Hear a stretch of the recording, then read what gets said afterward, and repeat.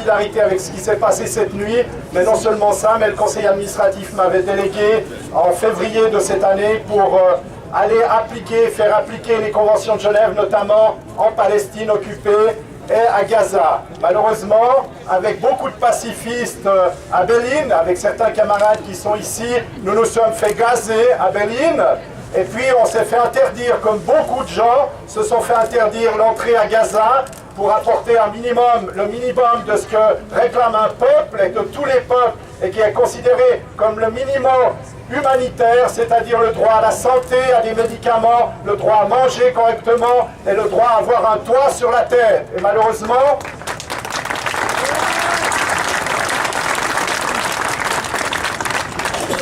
l'autorité israélienne a refusé et refuse toujours ce minimum. Et je crois que c'est un appel que je lance ici. La communauté internationale, les gouvernements qui sont chargés et qui se sont contraints d'appliquer les conventions de Genève se doivent d'intervenir pour faire cesser ce scandale, cette abjection humaine et humanitaire qui est le blocus de Gaza. C'est ce que voulait...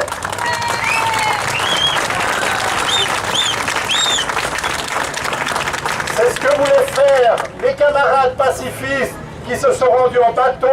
Cet acte de piraterie, parce qu'elle s'est passée sur les eaux internationales, doit être dénoncé fortement et vivement. Et j'en appelle à la communauté internationale pour faire respecter les conventions de Genève. Ça me paraît le minimum qu'elle doit faire parce qu'elle est contrainte de le faire.